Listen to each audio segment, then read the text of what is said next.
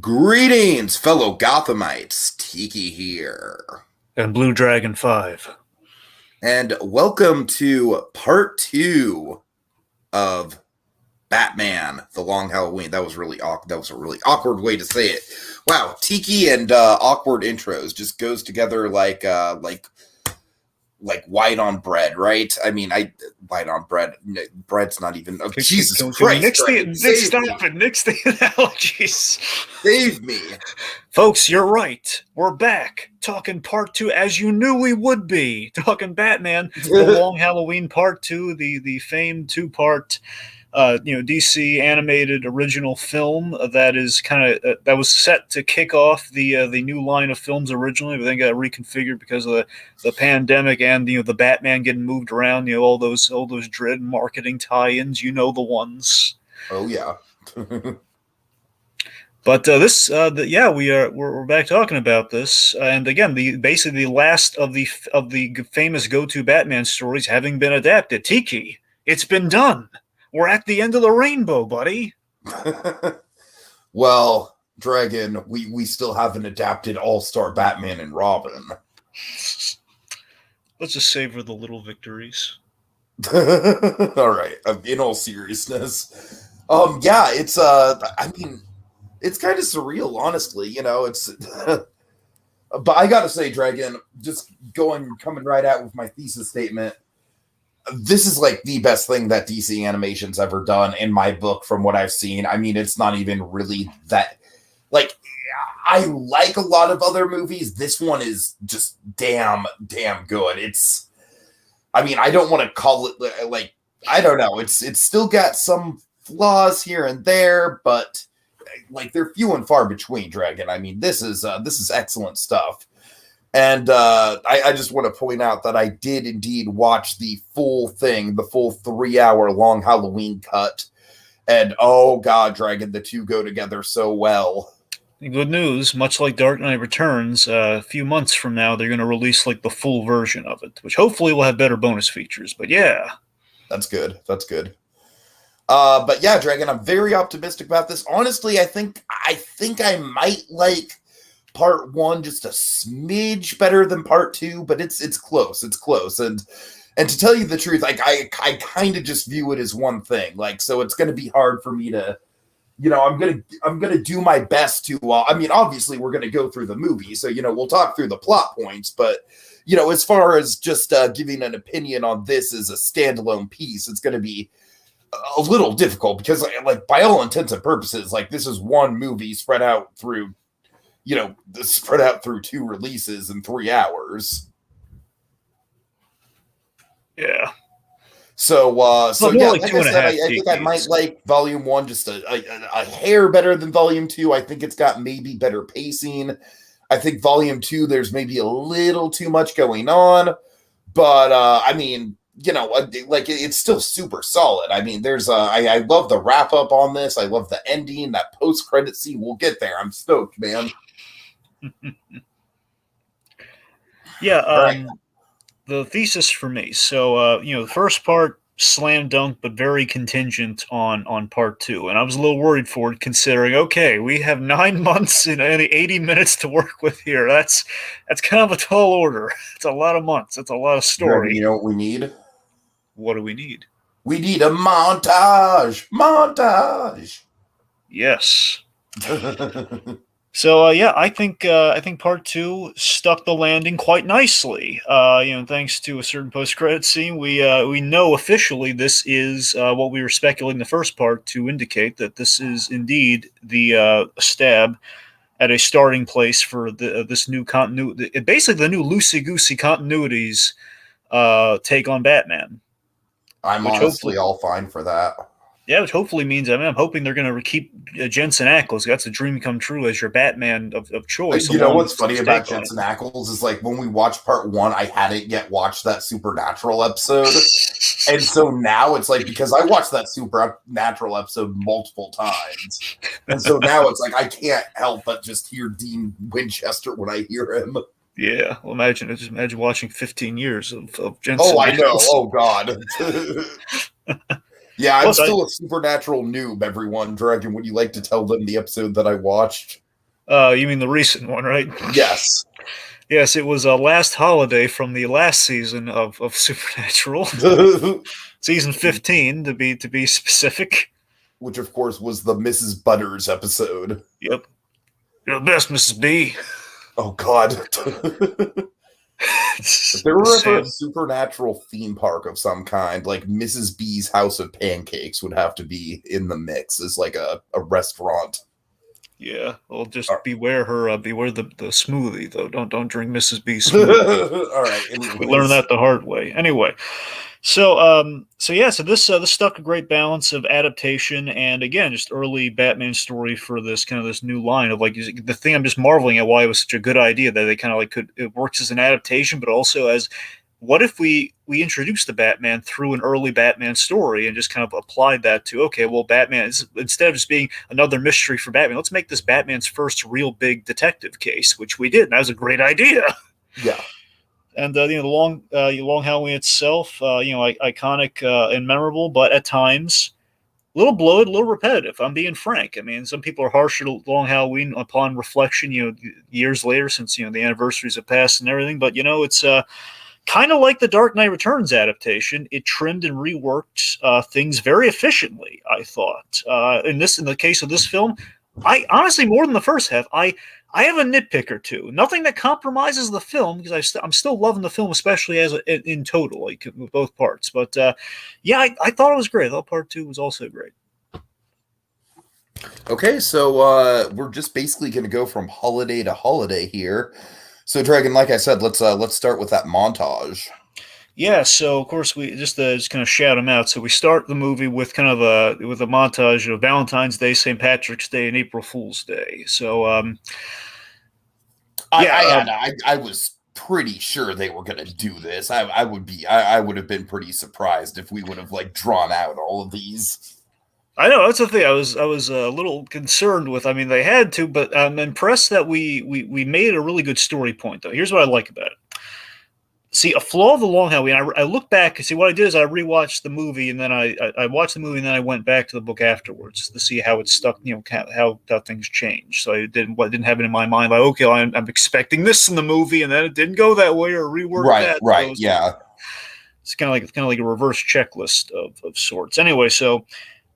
The months that we skipped over, nothing really major happens, and that's pretty much stuff that we have in the movie as is. Just again, the flow of Long Halloween is like, okay, Batman does not catch the killer yet, and he's at the crime scene again, and again, so up front, really, Batman doesn't have much of a purpose in those first three. It's just we're setting up the pattern. So it was a good call to okay. The important thing that happens is Ivy has entered the story and is controlling Batman. So what if she controlled him for a while? Ergo, we arrange things.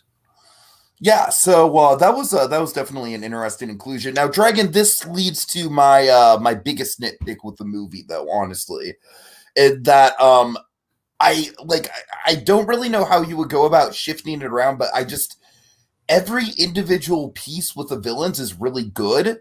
I just think that some of the villain pieces like maybe I feel like I feel like the reason I like part one just a little bit better than part two is that there's a lot more emphasis placed on the mystery itself, like the detective of it all. I really feel like part one is a detective story first and foremost, whereas part one, of course, it does go along with how the book progresses, of course, to a certain extent, but I really do feel like with all the villains, like I said, the villain stuff is great, but it kind of veers into being a more traditional Batman story. Whereas I feel like what made the Long Halloween special to begin with was that we kind of veered away from a lot of that stuff. So I don't know. What's your take on that? Because I watched this both times. I watched this twice, and both times the villains, like I said, it's not that there's anything bad with the villains. I just felt like they maybe took away focus. Well, I mean, what I liked here is that again we made the villains more story focused than just like, hey, look what villain we have this time. Where I'll admit the villains that this part has, the other part does not have. Where I think if you weigh the two, I think the villains are more tied into the plot because it's nice and simple. Basically, we have Joker and Calendar Man, and really that's and Grundy, and really that's it. That's what we have in part one. Now, part two. And this was always the thing with the book, though. You had Scarecrow and Mad Hatter, which we'll get to, which, they're basically there because we need some action. We need to get Batman to a place character-wise, which we can do easily through fear gas. So I mean, in that regard, I want to emphasize with the Scarecrow thing, like, we'll get there. Let's start with Ivy. Sure, yeah, you're right. So that's what I'm saying. I mean, with Ivy, I think we used her really because we set her up at the post-credits scene of the first. She's very plot relevant to getting Bruce Wayne out of the picture, for one. Exactly. Which again, I love the two birds, one stone quality of that. Right. Where and here's what I really like on the rewatch, Tiki, that occurred to me is that. Already we start the movie with a kind of a beautiful visual contrast, like this warm and beautiful, like a green delusion of happiness and a world with no wilting, no death, one could say. And then the cold reality of she's controlling him to sign over assets and basically solve the mob's money laundering problem, the cold reality. And it occurs to me a big arc in part 2 with the second half of our story here with Batman is it's an arc of accepting reality, as in like he believes in Harvey Dent, but he's going to have to confront the reality of Harvey Dent is a prime suspect for Holiday. So it's that and the family legacy. Yeah, no, you know what? I'm glad you bring that up because you're right. That is that does kind of like, whereas part 1 is more of a whodunit, part 2 is kind of like I don't know. I might need to watch it one more time with that in mind, Dragon, because you do raise a good point. I really do feel like part 2 is more of a, like, could they have done it? If you know what I mean. Does that make sense? I know that's like not like a catchy phrase, but that's the best I got. No, it's not bad though. That's what I'm saying. So it's like we tee up, again, Gotham. Again, the way you usually break in, the Long Halloween is that we start with "I believe in Gotham City" and we end on "I believe in Harvey Dent." In that regard, though, it's like we tee up Gotham as a character, and then we tee in the characterizations, like It's like we set up the family legacy of the Waynes, and this half of the story really deals with that, with the reflection on the flashback on Thomas Wayne and and again, Bruce kind of how he emotionally feels with his mother and how he intellectually feels about his father. And their part in the corruption of Gotham City, and that's kind of the realities that he's facing here overall. I guess is what I really like what part 2 does. That we kind of visually have done with Poison Ivy here. It's we have the fear gas, we have the Poison Ivy delusion, and we have the hope that Harvey Dent isn't a bad guy. A lot of delusions he's seeing his way past here. Yeah.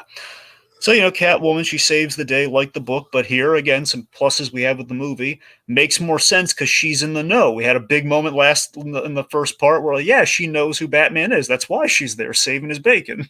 Instead of she happens to be kind of on again, off again, dating Bruce Wayne. It makes a lot more sense. Yeah, and with the Selena Kyle thing, of course, I'm sorry, Dragon, I'm blanking on the voice actress's name, but we should bring up the fact that this is her final role. Of course, she died a very premature death, and it's a shame. And man, she's all over this movie, and this is definitely one of the best.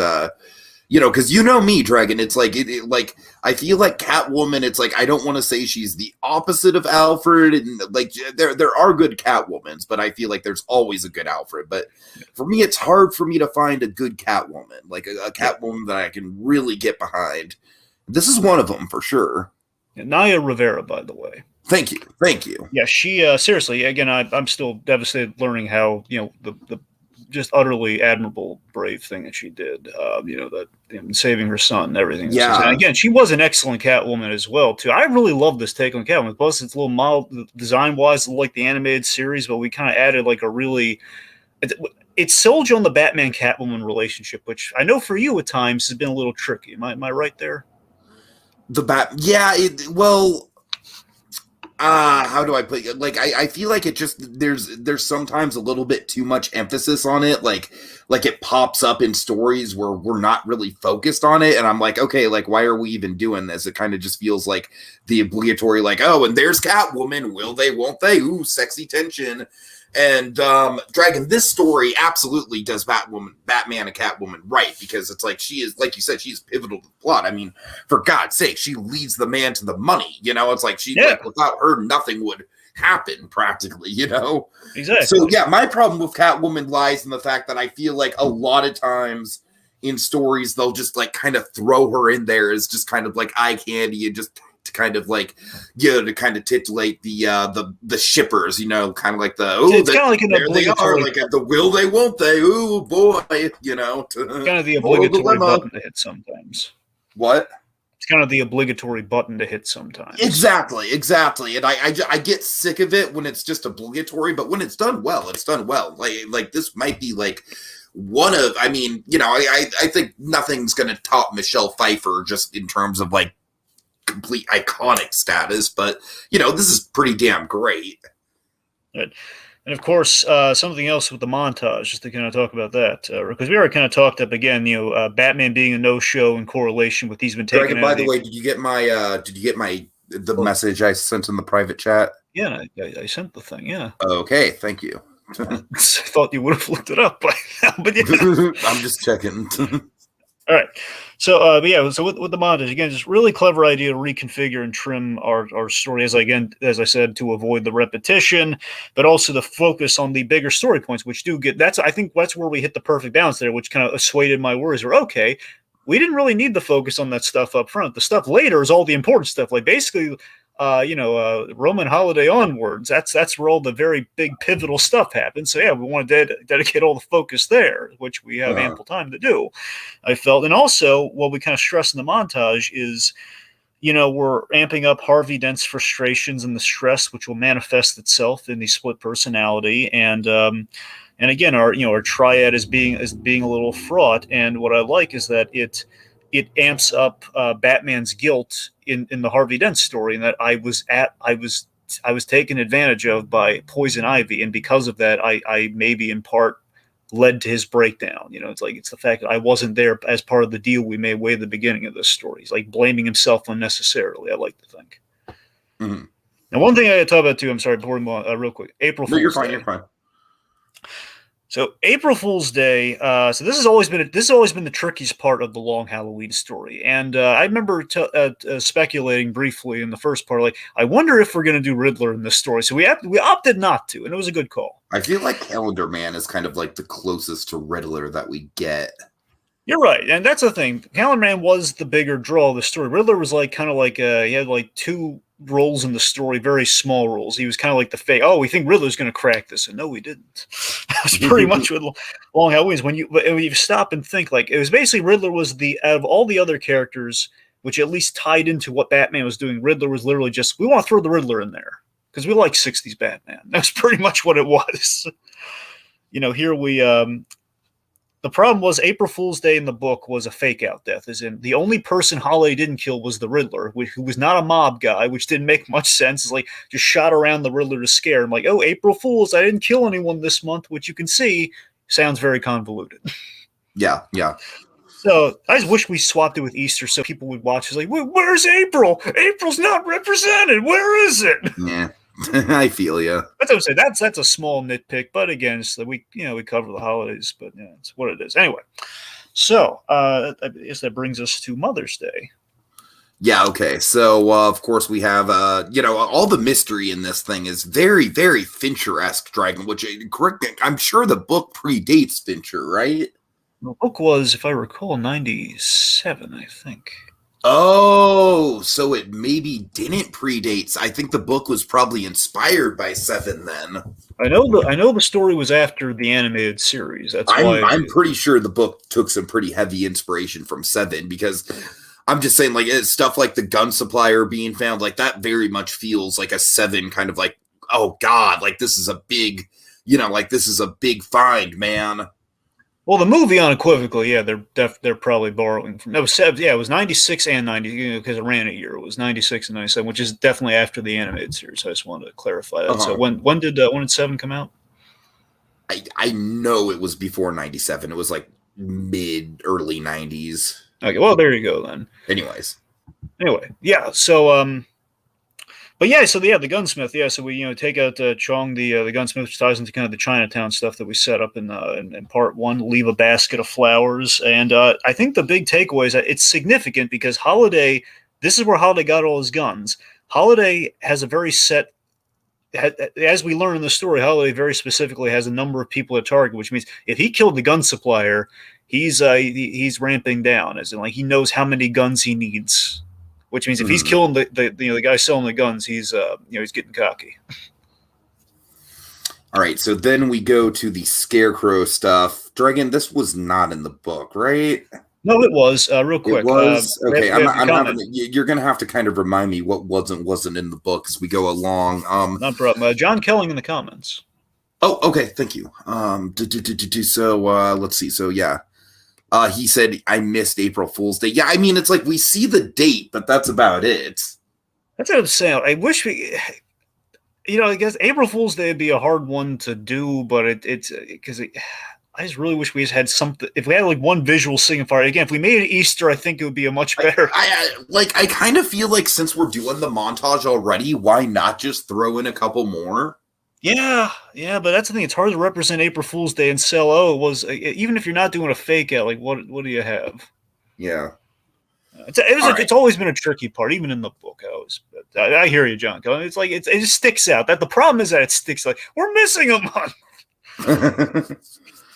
Okay, so the Scarecrow Escape, I feel like it goes on a little too long. That's my thing. Like it's cool animation, and it's cool symbolism and all that. Like honestly, it's one of the better crime alley sequences in terms of just like pure impact.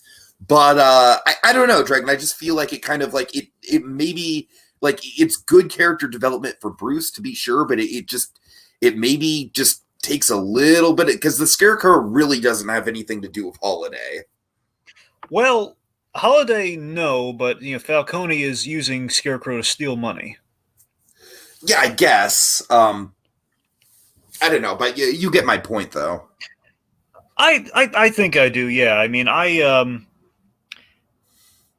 here's the thing. So, I really love the crime alley thing, because again, I like that it's Batman battling, delusions to accept reality, and again, we're using I like how we take each Wayne and we apply him to a Mother's Day and a Father's Day. In this case, it's the emotional vulnerability of the wounded child. And again, I'm a sucker for the artistic expression of the crime alley origin point. I'm a sucker for when we do that well. Of course, my favorite part of BVS is the opening, Mm. And we have some nice foreshadows in the Mother's Day thing. For example, Gilda rather haunted by Mother's Day, and she was going to see a movie. Ergo, we go to Crime Alley, which is showing a movie to the Monarch Theater or what have you, or the Gotham Majestic, whichever name they usually apply to it. And Catwoman in the story, she is looking for her mother. So again, I like that and she shows up here, and Bruce's kind of darkest hour at this moment. One thing I do like with the Scarecrow, though, I'm sorry, the Scarecrow, is I love that Batman came prepared for the Scarecrow. He had the gas mask on, but then, again, early years of Batman, he gets injected with it by surprise. The Scarecrow's like, bam, just inject him with a hypodermic. Okay, so then we enter Father's Day, and we have Sophia Falcone. Dragon, Sophia Falcone, like, easily one of the best characters in the story, I think. I fucking love her. Yeah, and remember, Sophia Falcone from Gotham. Yes, Dragon, I remember. Well, I know, that's what I'm saying. So this is what she loves closer. Me! Well, no, that was the brother, but sure. Well, I know, it was her brother. Right. But, Sophia Falcone, she was... in the family. Anyways. No, you're right. She is in the family. We have some comments that relate to the Scarecrow thing. We should probably... Okie-dokie. So, John Kelling... go on. The Riddler bit was only relevant because it shows Falcone actively trying to find out who Holiday is. Oh, that's true, but again, the Riddler didn't know who it was, so kind of was solved really. And this next one is something to bring up though. So John Glenn says they cut out the part where Bruce is arrested while drugged by the Fear. I like the change of not having the obligatory. Well, it's a misunderstanding that hey, he's been funding Falcone and he's running away from the cops. I like that change too. I like honestly, I feel like that kind of element, like I don't know. It's like I feel like it's a balancing act because you have to have the Batman stuff, but you also have to have the mobster stuff. That's what works for the story. But I feel like what you're citing right now is like, to me at least, an example of where the mobster stuff is like we get a little bit too deep in the weeds with it. If that makes sense. No, yeah, that makes sense. Yeah. Right. But yeah, I thought it was a good change too, because again, it just allows like Batman and Cat when they're kind of bonding on the level that they're both orphans, kind of in the alley there, she kind of finds him, and I just love that haunted. So rarely do you see Batman that vulnerable state. Alfred, my mother, where's my mother? It's good stuff. All right. So I'm sorry. Back to Father's Day. So yeah, Sophia Falcone. So what I really like about her, and I think we represent her really well. The crazy thing about Sophia Falcone, even Gotham kind of teed up, but we didn't bring her back, so we'll never know. She I mean, the ideas. I just think the one from Gotham just has like absolutely none of the take charge attitude that this one has, and that's kind of what I love about the character. I mean, it's like I don't know, it's like she was capable, but like this one just owns the room, you know?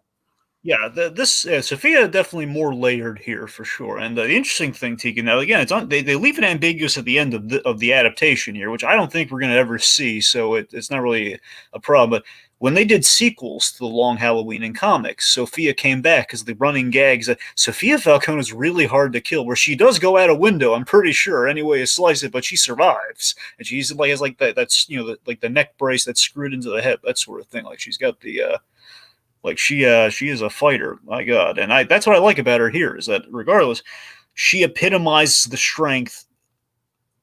She's unequivocally a daddy's girl. Don't get me wrong. She's very fond of her father, but she's the complete opposite of Alberto Falcone. I really like that. That Carmine respects her. He did not respect Alberto, but he respects her. But out of ego, he will not let her take charge because he cannot look weak because of his own ego. Mm-hmm. Yeah. Okay. Let's see. Also, there's the great design. Like she's so much like like she's so she's not just take charge. Just kind of in terms of the personality. My God, she dwarfs Carmine in size. She does, and I that design's taken right out of the books as well. So yeah, I do. That's what I'm saying. Like you look at her, she's like a She-Hulk, and you look at Alberto, and he's thin like the Scarecrow. Like he's a beanpole. That's what I'm saying. Right. I just love that we visually distinct. The children. It's like the old thing: you lose a child, you bring the one back from the countryside. That's kind of how it. If you want to put in Godfather terms, like bring Michael back now that Sonny's passed. Okay. All right. Let's see. Oh yeah, so we have to talk about the flashback. The flashback's very important. Well, first of all, I love the Gordon and Dent visit where Dragon. This is some like top shelf Playboy Bruce Wayne antics right here, man. I'm loving the acting that's going on. I'm loving the little dance that Bruce Wayne's doing. Yeah, this what I love so much about, and this is the thing, we cut out the trial so we could do this, and it was a great call because this harkens back to like the year one stuff when Gordon and his wife visit Bruce Wayne. He's just playing them. It's just playing on the himbo Bruce Wayne. Like, hey, can I offer you gentlemen some Mai Tais? I mean, it's 8:30. No, I just love Gordon's playing the straight man to Bruce Wayne. Like, no, just tell us because he's been through this before. I love it. But yeah, the flashback is terrific. And of course, Dragon, it really does kind of harken back to that kind of Court of Owls idea of were the Waynes fighting for the right thing? Were the Waynes going about it in the right way? Were they really morally upstanding people? And with that flashback, I really feel like it shows both sides of it. Absolutely. I mean, the flashback is very key in our story with that aspect of it. With the fact of like again, our story, the Long Halloween is utterly a family story in terms of as we talked about the first part, it's the four families. The Gordon family, the Dent family, the Wayne family, and the Falcone family. And seeing the initial crossover of the two families, the intersect of the families and the legacy that they've now cultivated with Thomas Wayne saving Carmine's life, and now this was not in the book at all, Tiki. The moment after Bruce sees Thomas Wayne save, we saw the moment like why the families are indebted to each other. We never saw the scene between Bruce and Carmine, which I thought was genius, and it added something really brilliant to the story. We gave the coin an origin. Yeah, for sure. And it was a good origin, because honestly, Dragon, I was kind of wondering, like, because when I was doing my rewatch, when I was doing my whole Long Halloween marathon, I'm going to treat it as 1 3-hour movie type deal. I did notice like, oh, that's right. Bruce is the one that gave Harvey the coin. I wonder what that's going to mean. And then it's like, yeah. So I love that the coin in itself is very definitively a character in this story. Very definitively. I just Very, love. very good example of like giving characterization and history and lore to an inanimate object. Yeah. And again, the coin is just such a great and powerful symbol that just keeps getting recontextualized as we go through our story, and it just works so well. Like for example, the big thing in the flashback is that Carmine Falcone. It's so I love how perverse it is. It's so great that the mobster, basically the new legacy of the next generation of corruption in Gotham. This guy, he imparts the lesson to young Bruce Wayne, who will be something to fight corruption. The super criminals are a superstitious and cowardly lot. Essentially, as he gave him the iconic thing for his mission with the coin. The idea, a coin flip can get you out of a bad situation, which in essence is why he gave it to Harvey Dent to help get them out of the bad situation, which is corruption in Gotham, which ultimately backfires in the creation of Two-Face. Oh yeah. I'd What? like to think just what's going through Bruce's mind during the Two-Face standoff. He's like, oh, fuck, I really shouldn't have given Harvey that coin, man. But that's the thing. I love how complicit both Batman and Gordon are in the creation of Two-Face in that moment. We'll get there. Uh-huh. I want to get your take on this, though, Tiki. The big line that Falcone says, that kind of comes back later, like, all we get is what we take. What do you think of that? I mean, honestly, Dragon, when I'm just going to be honest with you, just straight up, Sure. When I heard that line, all I could think of was the Beatles. And in the end, the love you make is equal to the love you take. So I'm sorry, Dragon. I didn't really have any deep thinking when I heard that line. I was just like, it's like the Beatles. I had like a Leonardo DiCaprio pointing at the TV moment. No, I didn't really do that, but sure. I was, I kind of looked at it simply as, it's like it's making a choice, which of course is, it's what Two-Face's whole thing is about, where he takes the choice out of the equation with the coin. Is that you make a proactive choice to get what you want. I mean, it's karma, essentially, right? That's what I've always gotten out of the Beatles line, at least. Well, I guess, sure, yeah. I don't know. Maybe I'm just examining Beatles lyrics and not the themes of this movie. Excuse me. Save that for the Powerpuff Girls episode, Tiki. Not all right. Anyways. Good. Okay, so John Kelling says the context of the flashback paints the Waynes and confirms that Thomas Wayne took dirty money to fund the hospitals. And that's kind of the big thing Bruce is going to be asking Alfred later, which, by the way, is the shout out Alfred, too. I love Alfred calling out the legal system in Gotham. Yeah. I mean, Drake, we have such a freaking long running joke about like there's never been a bad Alfred, but it's so true, and it rings so true in this one. Alfred is so good here. Yeah, and again, this is like a bit that was from the book, but just we made it more personal. He's literally directing it the two of them, like, hopefully, I hope your offices deliver the justice still denied to Thomas and Martha Wayne. So I just love that I just love it because Alfred just being embittered that, because you guys failed in your jobs, at least the system failed in its job so poorly, I got to help them suit up every night. Right. It's just like my surrogate son is tortured because the justice system failed him. Essentially, all this corruption and everything. Alfred's legit, understandably ticked off. I love Alistair Duncan. He was the Alfred in the Batman animated show for 2004, and he was good in that show. And he kind of gets forgot. He's the forgotten Alfred in all the different outfits. I adore Ephraim Zimbalist Jr. But seriously, Alistair Duncan. This movie, especially, is a godsend of an Alfred role to give him. Of all the Alfred stories to give, it's great. Yeah, he was excellent. John Kelly says, "You guys suck so bad, I had to raise Batman." Yeah. Okay, so let's talk Luigi Moroni. Okay, so this is like the Godfather moment of the movie, right? Like, this is like straight out of Godfather. I mean, in the book it was full on like oranges and/or right. I remember that from the book, but I mean, this is like about as close as we're gonna get to it without the oranges. Hey, we didn't do the oranges, but you know what we did do? What? The cannoli. You're right. And I love that we had. It's Father's Day. You've brought me cannolis. I forgive you. I love how he corrects him on proper Italian too, like the whole plural versus the singular cannolis. Box of cannolis is I think is canola. Cannolis is multiplied. Well, I'm sorry, canola is singular, and the box is cannoli. Oh dear God. I don't know, something I like that. never knew that. I know, neither did I. I was like, oh my god, it means that line, "The Godfather's wrong," but it's awesome. There's also a line from a Weezer song that's wrong if that's the case. Yeah, that's what I'm saying. That's too obscure a fact to be. Anyways. That's too detailed. Too detailed a line to doubt to me. It's like Right, they had to put cannoli research in that one.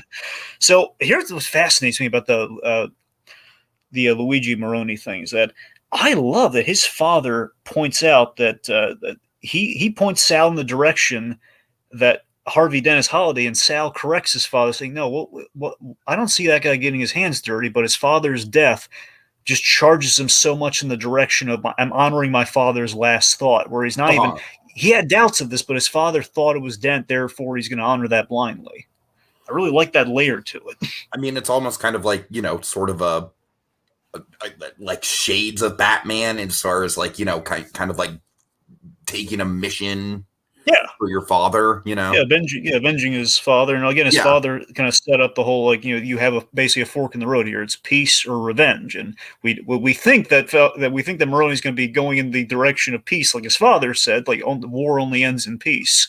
Mm-hmm. But as we say, he's going to go more in the acidy revenge direction. But something I want to highlight, though, is a big thing with the whole who is Holiday matter of it all. So since the beginning, Sophia Falcone was knowing that we were going to get her in our story, as you know, with the Long Halloween.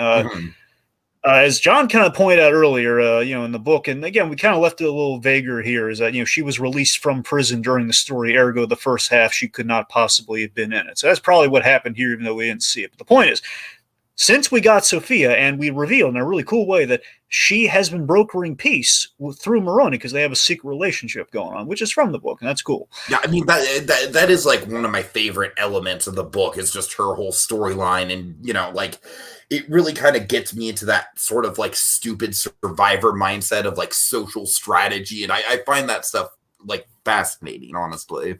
She had that daddy's girl moment in the book where, like, I got you a tie, Papa, and he's like, thank you. He just very ungraciously just kind of takes it. Now here's what fascinated me though. So I thought Sophia was going to be our second. Traditionally, there's two holiday killers. Was going to be at least one of the holiday killers because remember, she waits in the car. She has that coat on that looks a little like a holiday. I did take note of that. Yeah. And here's a big detail that made me think it really hardly, more than usual, is that Falcone didn't open the tie box in here, and Holiday leaves a tie. So that was my big thought. Like, it's like, okay, so he ran away. Honestly, Greg, I'm glad you brought that up because like I feel like the presence of her in that scene, just in general, just kind of like is meant to throw you off. Yeah.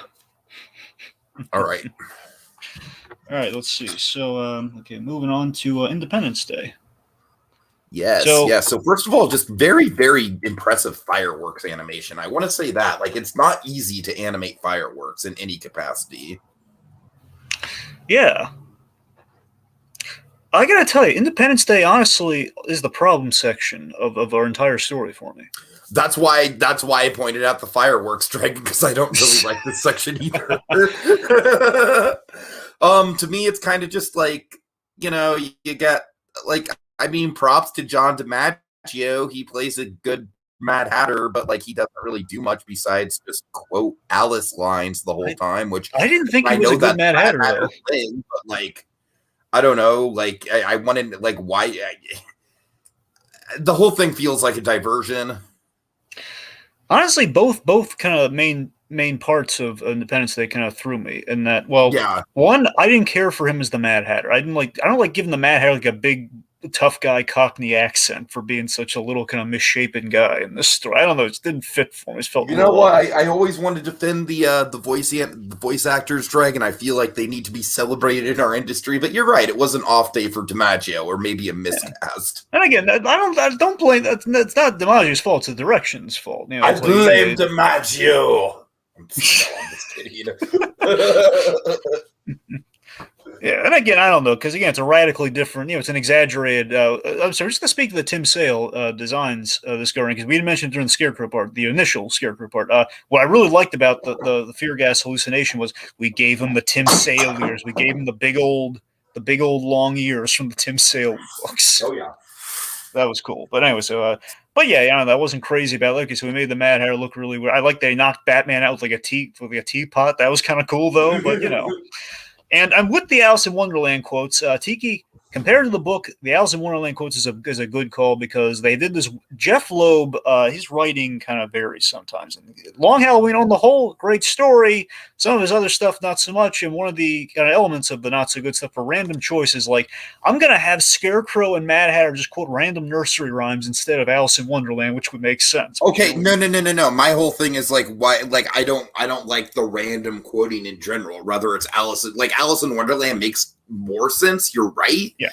But I still think it's basically just like a very watered down interpretation of the character. It's like, okay, let's see, like Mad Hatter, Alice in Wonderland quotes, right? It's like there's more to Mad Hatter than just that. It's like he's a pretty psychologically complex character. And let's be honest, Mad Hatter anyway is sliced with this story. I mean, here it just kind of looks a little worse when we just, but it's Mad Hatter's just there for the splash page at the end. Like we have all the rogues there. We need the Mad Hatter in there, and basically his gimmick goes along with the Scarecrow, but we don't really see it in practice though. So it's kind of when you think about it, it's like does it really need to be in this story?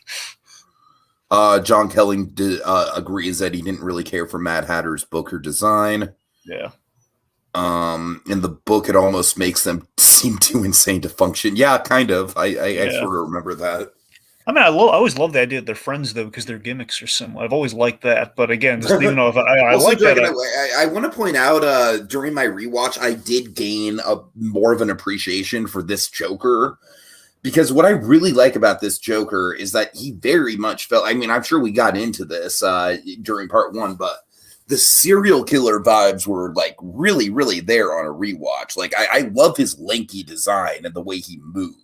Yeah. I mean, I really liked how Joker functioned in the first part of the story. Again, that's what part one has. And part one has an unfair advantage if you split them up. Which again, you should take it as a whole, though. But part one has the advantage of we end on a really cool cliffhanger, especially if you've seen the book, because we took away the prime suspect in Alberto. It's like, no, we can't fake Alberto's death. Right, he was chopped off. He was chopped up in front of our eyes. He's not coming back. Yeah. And we kind of saved like again, we kind of switcherooed things where Two-Face is our big build and Joker is like, we're throwing him up front, kind of Dark Knight Returns reversal, if you will. Mm-hmm. All right, let's see. So speaking of the Harvey Dent, so here's the biggest problem I have with the story in total with the adaptation. This hitman attacking Harvey Dent business. I'm fuzzy on what the plan was here because he said it was said that he was supposed to provoke Dent. I don't know what that means. I don't really know either. I know, right? It's basically like I don't know if they were. Here's the thing: it's unclear they were trying to frame him up because then a holiday murder happened. I mean, I that's the only thing I can possibly assume, that they were trying to frame him as Holiday so Maroni would kill him, but Maroni was already thinking about killing him anyway. So right, yeah. I'm just saying this is like the only segment where things break down, where everything else is really flawlessly done. That's why Independence Day was always kind of it's kind of the problem section for me in the book. Plus, it's like the whammo blammo action. Okay, Batman's going to take out Scarecrow and Mad Hatter because we need Batman to do something cool. Okay, it's the gimme of the film. So on to the Roman holiday. This is where all the big stuff happens, kids. Oh, yeah. So, of course, we get the Two-Face origin. Big stuff. Dragon, this is like easily the best interpretation of the acid throw I've seen on screen. That it is. And again, I'd say here's the thing, they trimmed out something. I remember talking about in part one, like I was looking forward to this character because he links to the acid throw. They got rid of him, which it's not a big deal, but kind of kept you guessing for a bit there. It's Vernon Fields. There was a guy inside the DA's office who basically slipped Maroni the acid. So in court, like, hey, here's for your ulcer, wink, wink, like ulcer. Like, yeah. But yeah, we add a huge layer to the acid scene here, which was really good. We added Big Bad Harv. We added these split personality. Yes, I really, really like how Big Bad Harv just in general is used. It's like we don't really ever name drop Big Bad Harv, but like he's there. Yeah. Also, just real quick, John Kelly makes two excellent points here. Oh, I'm sorry, makes an excellent point in something I already said. So he says, "No Vernon Fields, you're right." I was kind of bummed out, but they made sense. I'm not crying foul. But he says the hitman was. Maybe he's right about this. The hitman was trying to kill Gilda, not Harvey. Which I mean, that's possible. Maybe he's right. That would make the most sense. Maybe I missed that. I think you're. I'm hoping you're right, John. That would maybe save that bit more for me. Anyway, sorry. Okay, so back to the essay. Yeah, so the book there was no split personality. It was just he became Two-Face. But that's kind of the cool thing we have. Like this definitely gives it a little bit more time to breathe for sure.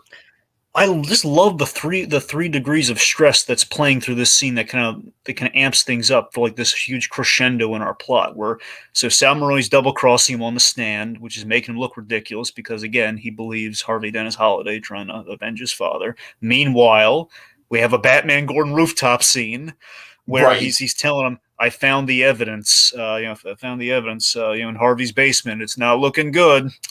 And all the while, Big Bad Harvey's interrupting him because of all the stress that's mounting because Carlo Vitti's in the press is saying, hey, he's Holiday. And everyone's just kind of on his case. And this is just distracting him. He's snapping at Gilda and everything. I just love that. And like, everyone's laughing in the courtroom. I thought that was in his head. Like, what do you think? You think everyone's just laughing at him like that? And of course, some of that's in his head.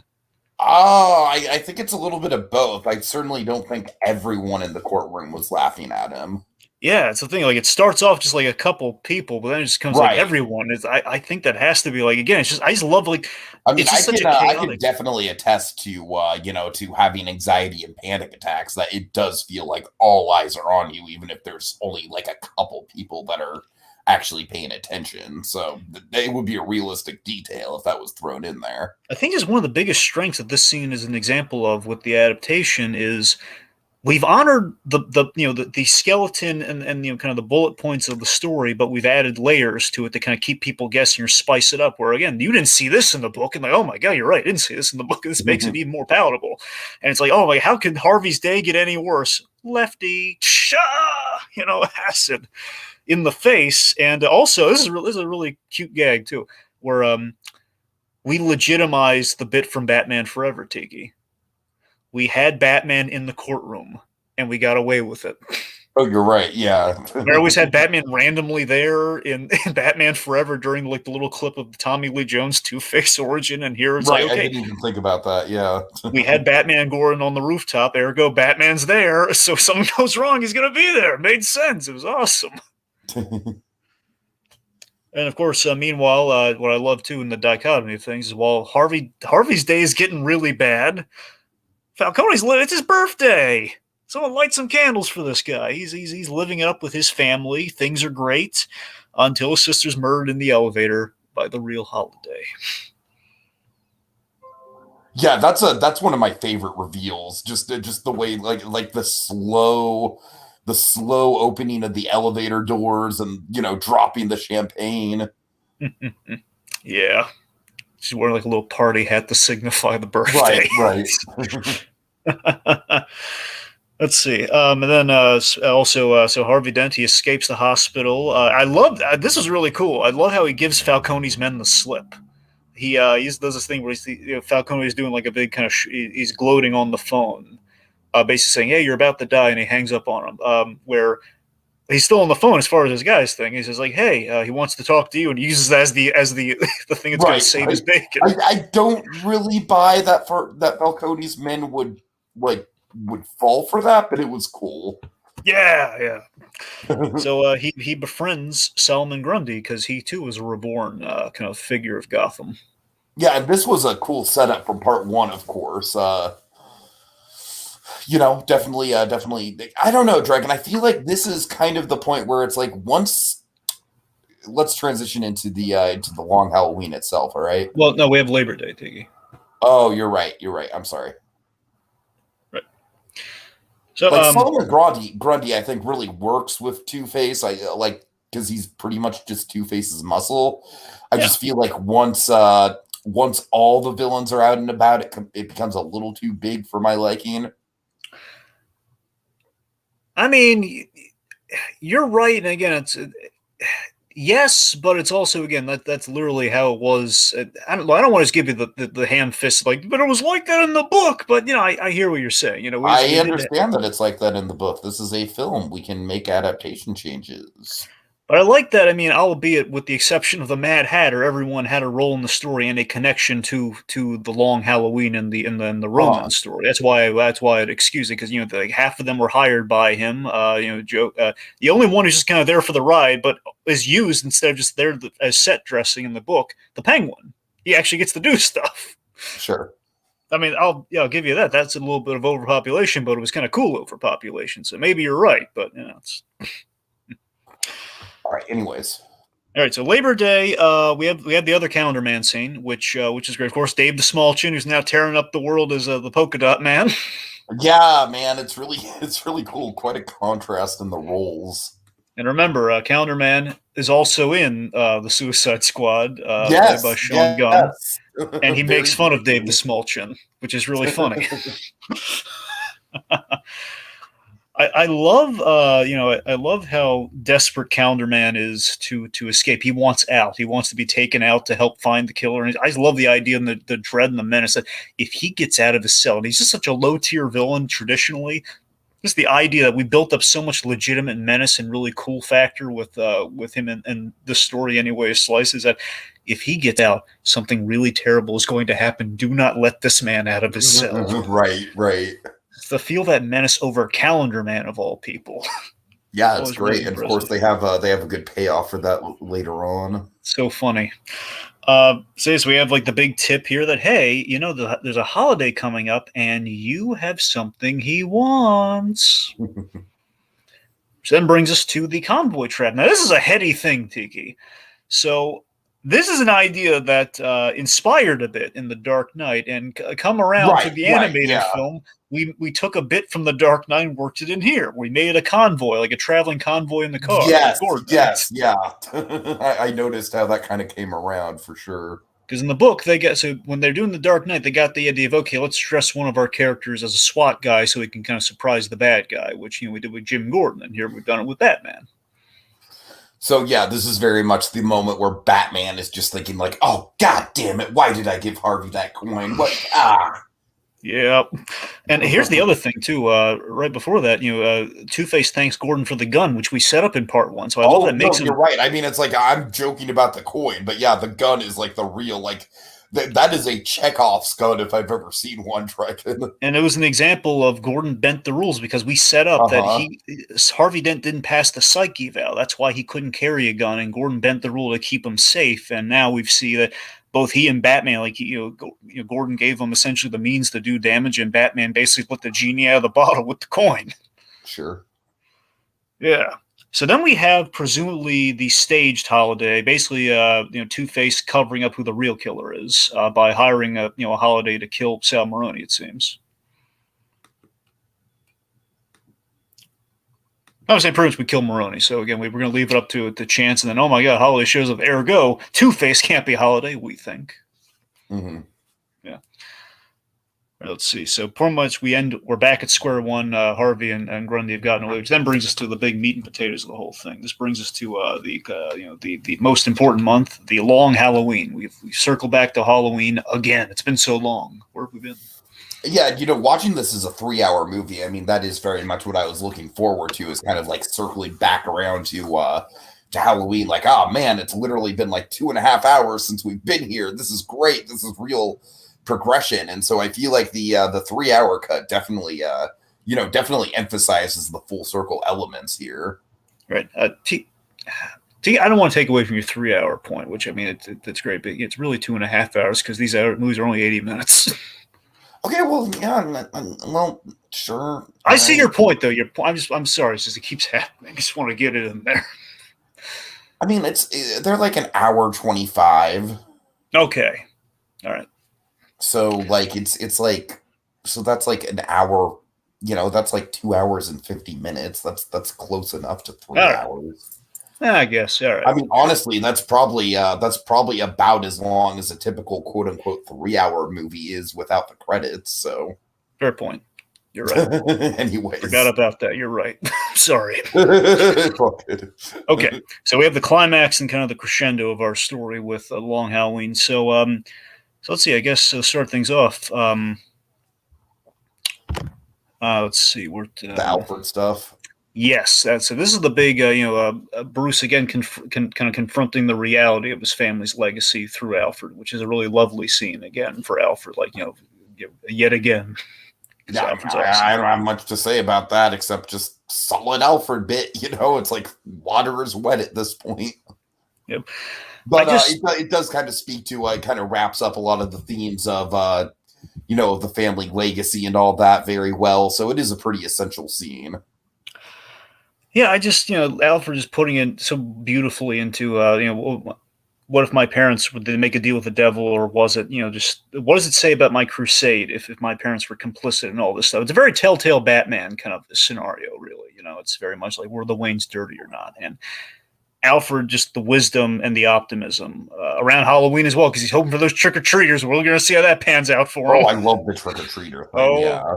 I know. But it has that beautiful sentiment of like they would be proud of their real legacy, which is him. That's a lovely kind of bow to put on things. So then this kind of provokes Batman into visiting Carmine Falcone, which is really great in full circle because Bruce Wayne opened this movie with a scene with Carmine, and now Batman has a scene with the Roman. Yeah, and like you said, I really, really like the full circle quality of all this. The Roman kind of laying out the long Halloween of it all. Yeah. Like I said, Dragon, especially for the extended, the full movie, if you will, it really plays very well. It really feels like you're at the end of an epic. Yeah, I really love the idea that I love the fact that it implies to me that Falcone figured out the mystery before Batman did when he has that great clue about leave the wives out of it. This is a rule that Dent does not play by. Mm-hmm. And I just love this, the fact that we played Falcone as really smart throughout this whole story. And he does have regrets. He regrets not being a better father. And again, we had that extra scene with the coin with him and Bruce. Again, it's these guys kind of contemplating their next moves despite them having been connected for so long. And additionally, we reveal Catwoman's connection to Falcone, which is pretty big. And this is something that was kind of I believe we mentioned in the Long Halloween. It was either there in like the little kind of supplemental tag on to explain why she was going after the Roman. So we had it really nicely here where she thinks, well, what did you think of this Catwoman motive? It was fine. It wasn't my favorite Catwoman bit, Dragon. I don't know. Oh, I'm sorry. Sorry, yeah. I don't have much of an opinion. Oh, sure. I was saying, kind of explaining why she was like pointing them in the money direction. Like you think he's her father, and she's looking for her mother. That's good enough. I mean, I don't know. Like for me, it kind of came out of nowhere.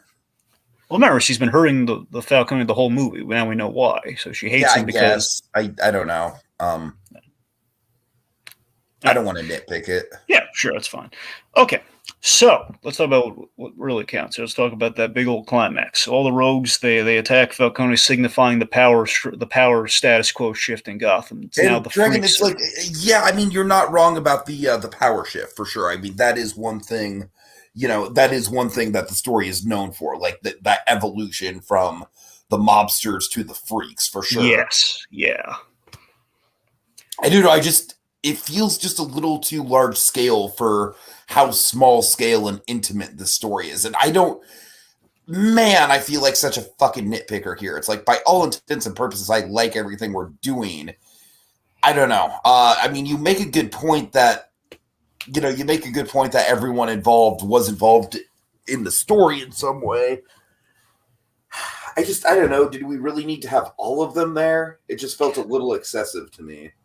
Yeah, I mean, I get the small scale thing because in the book it's pretty much they all just appear in the office. We don't have getting from point A to point B. I mean, what I like about getting from point A to point B is that once they're in the compound, it's like Scarface. I thought that was really cool. I thought, okay, we're gonna literally he's got like the big gun. Sophia Falcone definitely has the Scarface moment for sure. Yeah.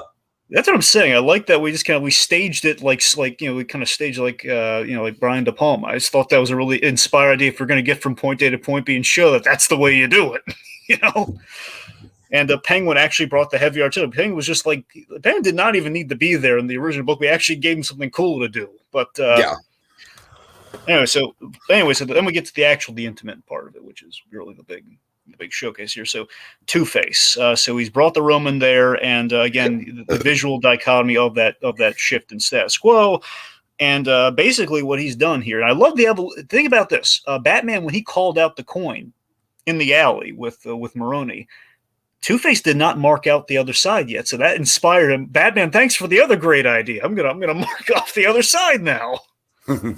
Which basically is what he does here. He turned the coin into the coin symbolism in on itself as revenge on Falcone here. It's like no more hiding the duality of philanthropist, businessman, loved by Gotham, and criminal mob boss. Like, you can't hide anymore. Neither can I. Look at me. You know, I'm gonna. You turn justice into a coin flip. I'm gonna make that your karmic fate right now. Your fate, it's up to a coin flip. Scarred head. You know, you're done for. And I just love the fact the whole film, Tiki, if you think about it, the whole film has built up to one successful coin flip. Every time he flipped the coin before this, it never hit. We never knew what was going to happen because it always got interrupted. He flips the coin one time in the entire film that actually takes. Yeah. That's Falcone's fate. I love it. I can't say it better than you did, Dragon. You literally took the words right out of my mouth. Thank you. I have nothing left to say about the scene. Sorry.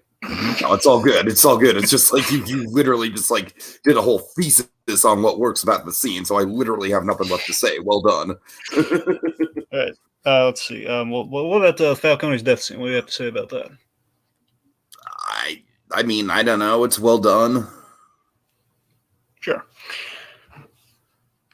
Yeah, I mean, I like that he's kind of dying in Batman's arms, given like he was kind of bleeding when they first met. That's kind of like I like how much pathos there is in it. It's like they legitimately, it's like it does kind of feel like a defeat in spite of the fact that it's Falcone that's dying. It's just like kind of what it represents. Yeah. Yeah. And of course, I had a read on something on the rewatch where the last line between the two of them is "What you get is what you take," and Batman says he believes in this still. I like to think that means I gave Harvey that coin. I'm responsible for Two-Face. He's like owning his responsibility Sure. with that. I like to think. All right, so then we have the rooftop, Tiki.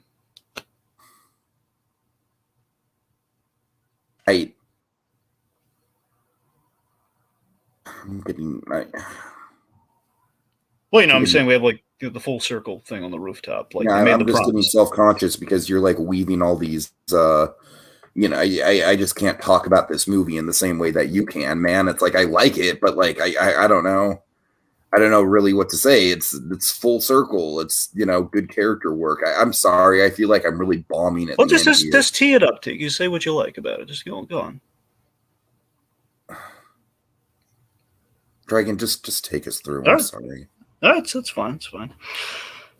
Yeah, so just it's we kind of go over the cost, the cost of it all here. Batman's asking, did the good guys win? And it's like we won't know if it's worth it for a long time, says Jim Gordon. It's just it's a tragedy of Harvey Dent for sure. And the big thing is, Harvey Dent, he says that he's Holiday. He turns himself in, and of course we learned that he's turning himself into cover for Gilda. So we have the Gilda reveal. Yeah, that was I really like the stuff with Batman there. How God, Dragon, I'm sorry. I'm getting like super self-conscious about like I'm doing like all these uhs and I can't speak straight. Just finish this out, man. I'm sorry. All right. Okay, let's see. So Holiday, so I prefer this to the book a little bit more. I love that, we again, as I said earlier, I love we honored the mystery, but we made you guess all throughout the way, like who the Holiday Killer is, how much did we change? I think it was a lot of it was really earned. And of course, it is a cheat though. If you look at all the Holiday scenes, though, it's very clearly a man who's been animated the whole time. I mean, wasn't it the book like they were doing it together, right? That's how I remember it. Yeah, no, you're right though. I'm saying that we still honored that, but we changed we changed something big about it. And here's so John Kelling kind of brings this up earlier. So John Kelling says actually killing Alberto was a fantastic choice. Falcone's surprising remorse to his son's murder despite his own callous treatment in the previous movie. So here's what they changed. One major thing. It was really cool. They connected Gilda and Falcone and Alberto together, which was not in the book. So we gave her before she was the main Holiday killer, and then Two-Face killed Carmine, which means he was the second killer. And Alberto, when he was alive in the book, he also, I'm sorry, let me phrase it simply. Okay, so Gilda and Alberto were the holiday killers, and then Two-Face killed Carmine at the very end. That's how it was in the book. But we killed Alberto here, so it was pretty much Gilda the whole time, and then Harvey at the end.